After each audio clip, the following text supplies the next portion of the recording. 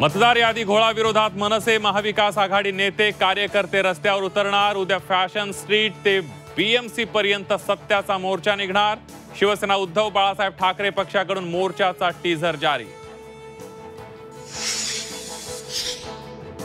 विरोधकांच्या 1 नोव्हेंबरच्या मोर्चाच्या आधी राज ठाकरेंना अटक करा, वकील गुणरत्न सदावर्ते यांची मागणी।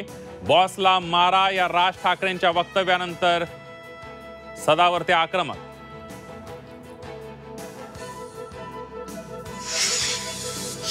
शिवरायांच्या गडकिल्ल्यांवर नमो पर्यटन केंद्र उभारल्यास खळखट्याक, या राज ठाकरेंच्या इशाऱ्यानंतर राजकारणाला उधाण। शिवसेनेचा हल्लाबोल तर भाजपचीही सडकून टीका। संजय राऊतांचं कार्यकर्त्यांना पत्र, प्रकृती ठीक नसल्यानं 2 महिने सार्वजनिक आयुष्यापासून दूर राहणार। तर उद्याच्या मोर्चात राऊत सहभागी होणार नाही। कर्जमाफीच्या तारखेपासून पळणाऱ्या सरकारला तारखेवर आणलंय। बच्चू कडू यांची आंदोलनाच्या यशानंतर प्रतिक्रिया, तर दगाफटका झाल्यास फासावर जायला तयार असल्याचं वक्तव्य।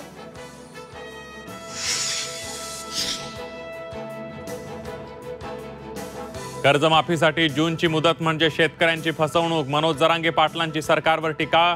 तर शेंगदाणा आणि काजूचं उदाहरण देत बच्चू कडूंचा जरांगे पाटलांवर पलटवार।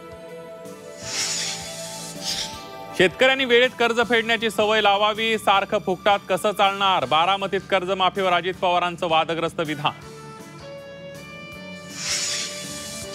पवई एन्काउंटरमधील रोहितला 9 कोटी दिले, रोहितच्या आरोपांवर शिक्षण विभागाचं स्पष्टीकरण। 2022-23 मधील उपक्रमाचे 9 कोटी रोहितला दिल्याची शिक्षण विभागाची माहिती। आणि नवी मुंबईतील कंपनीला मनसेचा दणका, मराठी उमेदवारांना नोकरी न देण्याची जाहिरात। मनसेच्या दणक्यानंतर कंपनीचा माफीनामा।